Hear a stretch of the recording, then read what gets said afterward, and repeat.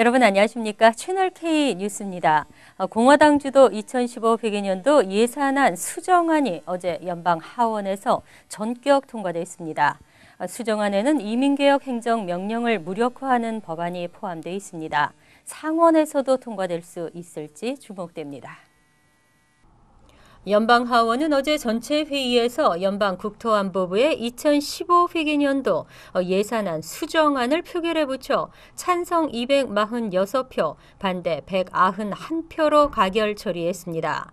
공화당이 마련한 수정안은 397억 달러 규모의 국토안보부 예산안을 승인하되 1,100만 명의 불체자 가운데 약 500만 명에 대한 추방을 유예하고 취업을 허용하는 내용의 이민 행정명령을 무효화하는 게 골자입니다.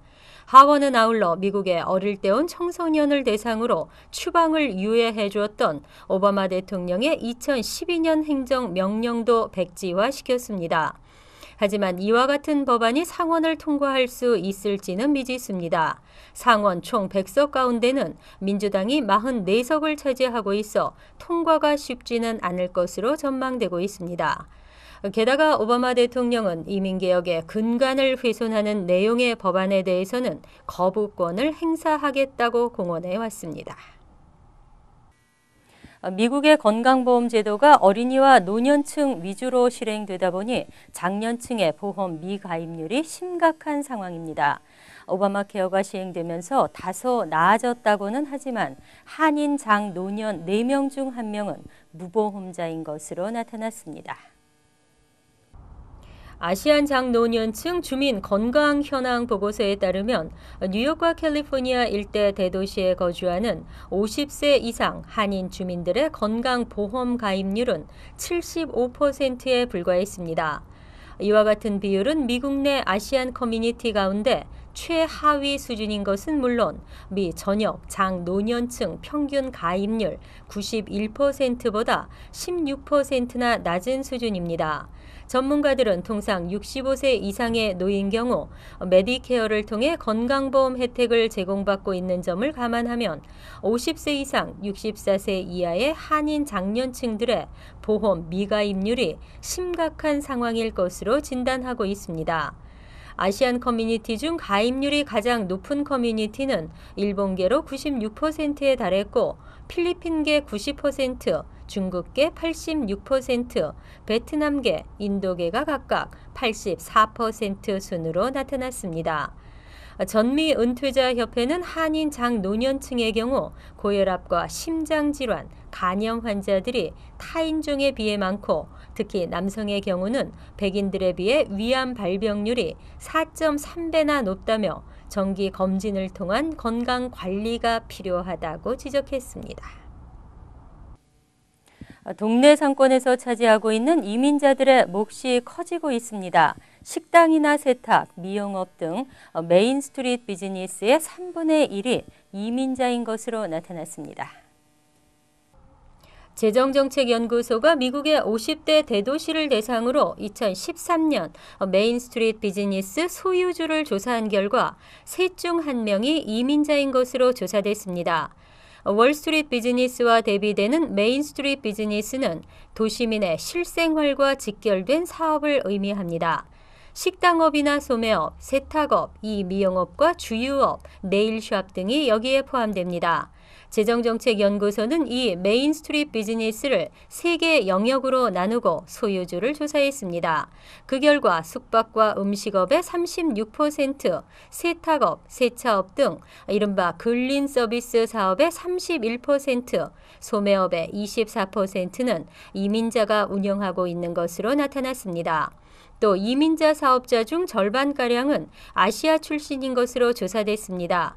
지난해 미국 인구의 13%, 미 노동인구의 16%가 이민자였던 것을 고려하면 동네 상권에서 차지하는 이민자의 역할이 막대한 것으로 분석되고 있습니다. 늦어도 4월까지는 인컴택스 보고와 재산세를 내야 합니다. 지난 수년간 재산세가 급등하면서 걱정이 많은데요. 뉴욕주 정부가 재산세 감면안을 추진하고 있습니다. 앤드류 쿠오모 주지사는 어제 재산세 부담이 소득의 6%를 초과하는 주택 소유주에 대해 초과분의 최대 50%를 감면해주는 재산세 환급 프로그램을 발표했습니다. 오는 21일 신년 연설에서 발표할 2015 회기 아젠다의 첫 프로그램인 이 재산세 감면안은 앞으로 4년 동안 단계적으로 시행됩니다. 이후 4년 후에는 연간 16억 6천만 달러의 재산세 감면 효과가 예상되고 있습니다. 세부 내용은 신년 연설과 함께 공개될 주지사 행정 예산안에서 밝혀질 계획입니다. 주지사는 이날 지난 수십 년간 뉴욕주 재산세가 사상 유례 없이 올랐다며 내 집 장만보다 재산세를 감당할 수 있느냐가 문제가 되고 있다고 지적했습니다. 이날 공개한 재산세 크레딧은 가구 연소득이 25만 달러 미만인 가구가 소득의 6%를 넘는 재산세를 낼 경우에 적용됩니다. 감면폭은 가구의 소득 수준에 따라 차등 적용되고 6% 초과분에 최대 50%까지 크레딧을 받을 수 있습니다. 한편 이 프로그램에는 세입자에 대한 혜택도 포함됐습니다. 다음은 뉴욕시 대중교통 인상 소식입니다. 오는 3월 1일부터 뉴욕시 지하철과 버스의 기본 요금이 $2 75센트로 인상될 전망입니다. 교량과 터널의 통행료도 역시 인상됩니다. 현재 메트로폴리탄 교통공사는 두 가지의 뉴욕시 대중교통요금 인상안을 두고 검토 중입니다. 그런데 지하철과 버스 기본요금, 교량 및 터널 통행료를 인상시키는 내용의 제1안을 선택하는 것이 유력한 것으로 전망되고 있습니다. 제1안은 기본요금을 현행 $2 50센트에서 $2 75센트로 25센트 인상시키고 현행 $5 이상 충전 시 5%를 지급하던 카드 적립 보너스 포인트 방식을 $5 50센트 이상, 충전 시 11%까지 추가 지급하는 식으로 변경한다는 내용을 골자로 하고 있습니다.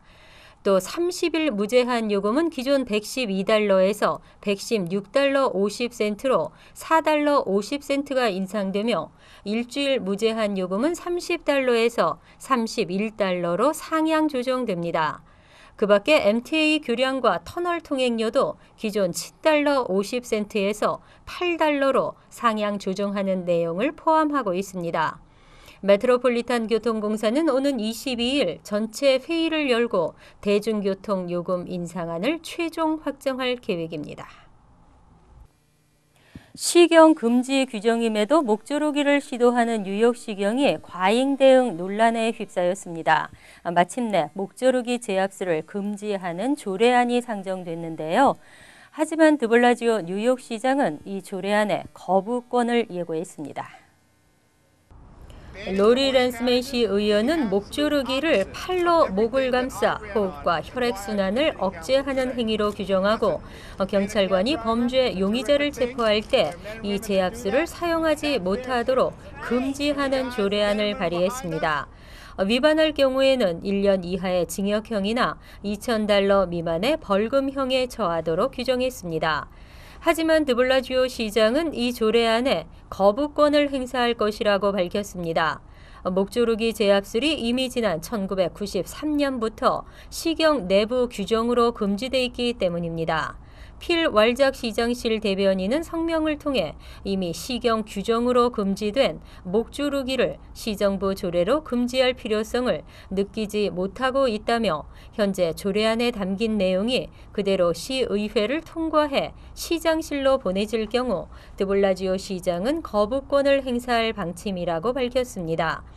이와 관련해 발의자인 랜스맨 의원은 시장의 서명을 받을 수 있도록 조례안 내용의 일부가 수정될 수도 있을 것이라고 설명했습니다.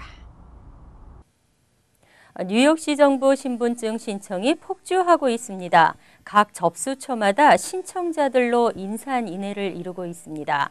앞으로는 사전에 예약하셔야만 신청하실 수 있습니다.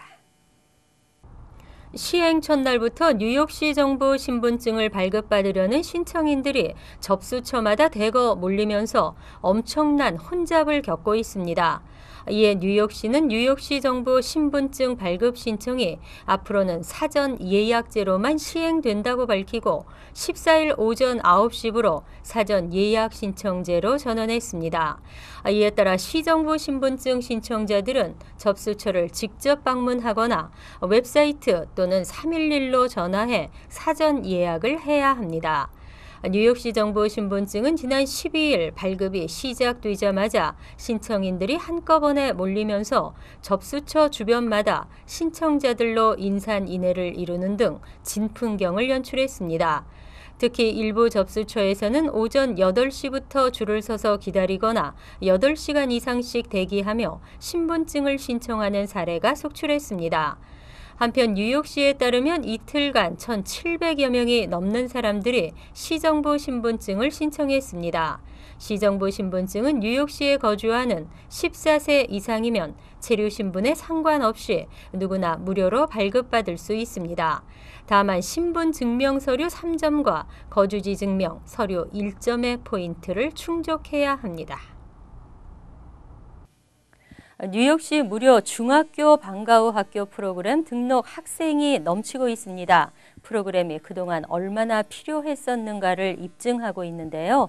앞으로는 더 확대 실시될 수 있을 전망입니다. 올해 뉴욕시 무료 중학교 방과 후 학교 프로그램에 9만 1,000명이 등록해 전체 정원 규모 7만 5천 명을 넘어섰습니다. 6에서 8학년을 대상으로 하는 이 프로그램은 빌 드블라지오 시장이 지난해 시작한 것으로 첫 해에는 정원 규모가 4만 4천 명이었지만 올해 3만 1,000명을 늘렸습니다. 드블라지오 시장은 이와 같은 방과 후 학교 프로그램에 대한 폭발적인 인기와 관련해 모든 중학생들에게 프로그램을 제공할 수 있는 가능성이 한층 더 높아졌다며 고무적인 반응을 보이고 있습니다. 드블라지오 시장은 모든 뉴욕시 중학생들이 학교를 마친 후에도 안전한 환경 속에서 교육받아야 한다고 강조했습니다. 방과 후 학교 프로그램은 대부분 공립학교에서 실시되고 있는데 시정부는 공립학교 외에도 각보로의 커뮤니티 기관이나 사립학교 등지에서도 예산을 지원하고 방과 후 학교 프로그램을 제공하고 있습니다. 항상 여러분과 함께하는 채널 K뉴스 여기서 마칩니다. 편안한 밤 되시기 바랍니다.